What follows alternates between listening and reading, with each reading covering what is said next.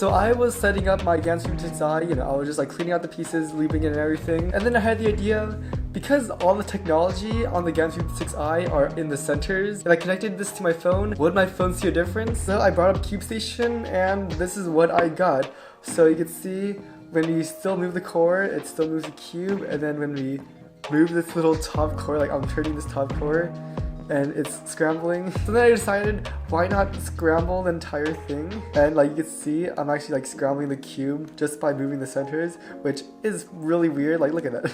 This actually feels so stupid. I'm just like turning cube like this. Alright, but then I thought, what would happen if I put this inside the GAN robot? So here is the GAN robot, something I've been making way too many videos about. And this is actually like the funniest thing ever. Okay, so I clicked it in place, locked it in everything. All the centers are in. On my phone, the cube is still scrambled.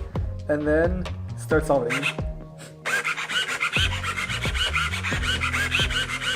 Solved cube on the app, and I guess that the core is solved. I just thought that was super cool. But yeah, that's it for me.